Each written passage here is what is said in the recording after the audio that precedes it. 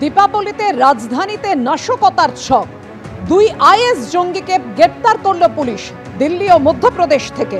পুলিশের জালে দুই সন্দেহভাজন আইএস জঙ্গি। দিল্লির একটি বড় শপিং মল ও পার্কে নাশকতার ছক ছিল, এমনই খবর পুলিশ সূত্রে। সিরিয়া তুরস্কের সীমান্তে আইএস জঙ্গিদের সঙ্গে যোগাযোগ ছিল ধৃতদের, দাবি পুলিশ সূত্রে।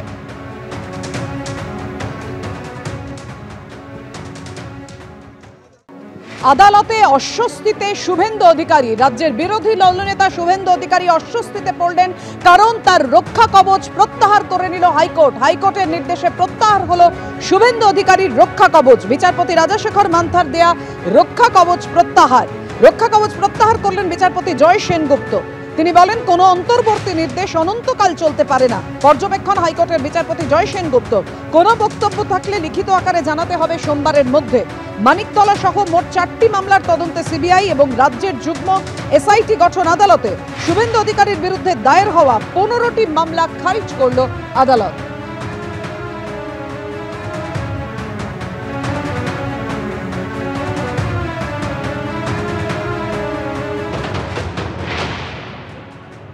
রাজ্য বেশ কয়েকটি এফআইআর নিয়ে আর্গুও করেনি। এবার যেটি হয়েছে যে বাকি এফআইআর গুলি আছে তাতে রাজ্য সরকারের হার হয়েছে। মাননীয় বিরোধী দলনেতার যে বক্তব্য যে ওনার বিরুদ্ধে পুলিশ প্রসিকিউশন হচ্ছিল, ওনার বিরুদ্ধে ভুয়ো এফআইআর রাজ্য সরকার ফাইল রেজিস্টার করছিল, সেটি আজকে প্রতিস্থাপিত হয়েছে। এফআইআর গুলো বেশিরভাগই কোয়াস্ট হয়ে গেছে। 4টে না 5টা এফআইআর যেগুলোকে কোয়াস্ট করা হচ্ছে না, সেগুলোর জন্য একটি স্পেশাল ইনভেস্টিগেশন টিম ফর্ম করে দেওয়া হয়েছে, যেটা সিবিআই এবং রাজ্য পুলিশ দুজনের সিনিয়র অফিসার দুজন থাকবে, এবং তারা 5জন করে আরো অফিসার নিতে পারবে। নিয়ে তারা ওই 4টে না 5টা কেস ইনভেস্টিগেট করবে। অন্তর্বর্তী আদেশ ছিল হচ্ছে মামলা যতক্ষণ শুনানি হচ্ছে ততক্ষণ কোনো ফ্রেশ এফআইআর রেজিস্টার করতে গেলে আদালতের অনুমতি নিয়ে করতে হবে।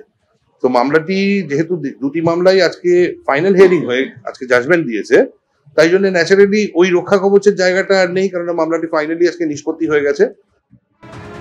শুভেন্দু অধিকারীর রক্ষা কবচ প্রত্যাহার করে নিল হাইকোর্ট। মাননীয় বিচারপতি জয় সেনগুপ্তর নির্দেশে প্রত্যাহার হলো সেই রক্ষা কবচ। 2022 সালের 8ই ডিসেম্বর শুভেন্দু অধিকারীর বিরুদ্ধে দায়ের হওয়া সব এফআইআরে অন্তর্বর্তী স্থগিতাদেশ দেন মাননীয় বিচারপতি রাজাশেখর মান্থা।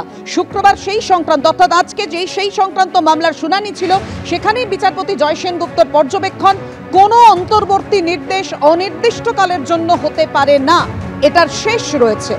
অর্থাৎ প্রত্যাহার করা হলো শুভেন্দু অধিকারীর রক্ষা কবচ।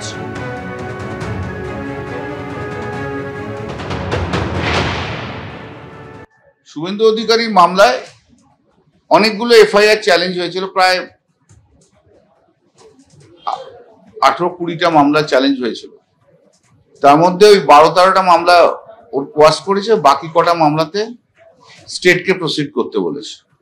Investigation will continue, investigation will proceed in accordance with law.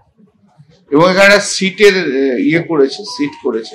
West Bengal পুলিশের একজন এসপি থাকবে র্যাঙ্কে, আর সিবিআইয়ের একজন থাকবে। তারা দুজনেই ইকুয়াল সংখ্যা নিয়ে তার ইনভেস্টিগেশন হবে। এখন আগেকার প্রোটেকশন অনুযায়ী তো সব কোনো ম্যাটারে এফআইআর করা যাচ্ছিল না, বা বীরবাহা হাসদা ম্যাটারেও এফআইআর করা যাচ্ছিল না, সেগুলো এখন রাস্তা খুলে গেল, সেই রাস্তা অনুযায়ী চলবে। অর্জুন সিং যে পিটিশন ফাইল করেছিল সেই পিটিশনও ডিসমিস করে দিয়েছে, এবং অর্জুন সিং এর ক্ষেত্রেও সেম অর্ডার হয়েছে। অতএব law will take its own course, law will proceed with the investigation. 26-এর বিধানসভা নির্বাচনের আগে আদালতে বড়সড় ধাক্কা খেলেন, অস্বস্তি বাড়ল রাজ্যের বিরোধী দলনেতা শুভেন্দু অধিকারী। কি বলেছেন শ্রমিক ভট্টাচার্য, কি বলেছেন কুণাল ঘোষ, পরপর। একই সঙ্গে বিচারপতি 15টি মামলা খারিজ করে দিলেন, এবং অন্য ক্ষেত্রে তার রক্ষা কবচ প্রত্যাহার করলেন। তাহলে এই যে 15টি মামলা খারিজ হয়ে গেল, এটি স্পষ্টত বোঝা যাচ্ছে যে এই সমস্ত মামলাগুলো ছিল রাজনৈতিক প্রতিহিংসা চরিতার্থ করবার জন্য, শুভেন্দু অধিকারীকে বিপাকে ফেলার জন্য। বিরোধী দলনেতা পশ্চিমবঙ্গের মানুষের কথা, তার ব্যথা এবং পশ্চিমবঙ্গের মানুষের যে যন্ত্রণা, সেটার জন্য তিনি লড়াই করে চলেছেন। তিনি গোটা পশ্চিমবঙ্গ ব্যাপী তিনি ঘুরছেন, প্রতিবাদ করছেন। তার এই প্রতিবাদ প্রতিরোধকে রাজনৈতিকভাবে মোকাবেলা না করতে পেরে তৃণমূল কংগ্রেস আজকে মিথ্যা মামলার আশ্রয় নিয়েছে। একজন ব্যক্তি কোনো মামলায় রক্ষা কবচ পেতে পারেন, একজন ব্যক্তি একাধিক মামলায় ক্ষেত্র বিশেষে রক্ষা কবচ পেতে পারেন, কিন্তু একজন ব্যক্তি ভবিষ্যতে কি করবেন সেটা না জেনে আদালত কখন রক্ষা কবচ দেন, কিভাবে রক্ষা কবচ দেন? জাস্টিস জয় সেনগুপ্ত মাননীয় বিচারপতি তিনি বলেছেন এটা চলতে পারে না অনির্দিষ্টকালীন, ফলে তিনি সরিয়ে দিয়েছেন। তিনি আরো কয়েকটি মামলা খারিজ করে দিয়েছেন, আর 5টি মামলা যাতে শুভেন্দু অধিকারী কোয়াশিং এর দাবি করেছিলেন তাতে এসআইটি গঠন করতে বলেছেন, এসআইটি তদন্ত করবে ওই কেসগুলো। অর্থাৎ শুভেন্দুবাবু এই জাস্টিস মান্থার এই রক্ষা কবচ তার উপর ভর করে যে আপত্তিকর কথা, অশালীন কথা, প্ররোচনামূলক আচরণ একের পর এক করে এসছেন এবং আইনকে তোয়াক্কা করেননি, আজ এই রায়ের পর তাকে গোটা বিষয়টা দেখতে হবে।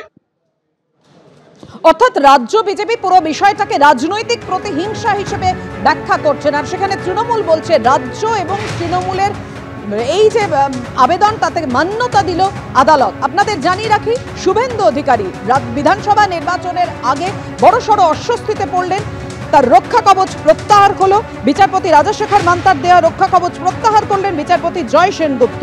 কোনো অন্তর্বর্তী নির্দেশ অনন্তকাল চলতে পারে না, পর্যবেক্ষণ হাইকোর্টের বিচারপতি জয় সেনগুপ্তের। কোনো বক্তব্য থাকলে লিখিত আকারে তা জানাতে হবে সোমবারের মধ্যে।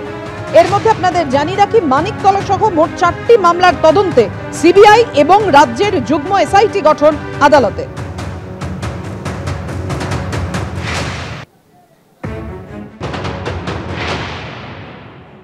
ফাইনাল যখন জাজমেন্ট জজ সাহেব শোনায় তখন ইট ইজ অ্যাপারেন্ট যে ইন্টারিম জায়গাগুলো, ইন্টারিম মেজারের জায়গাগুলো আর থাকে না, তখন ফাইনাল রিলিফ নিয়ে আলোচনা হয়, যে মূল প্রেয়ারটা শুভেন্দুবাবুর ছিল সেটাকে অ্যাড্রেস করা হয়।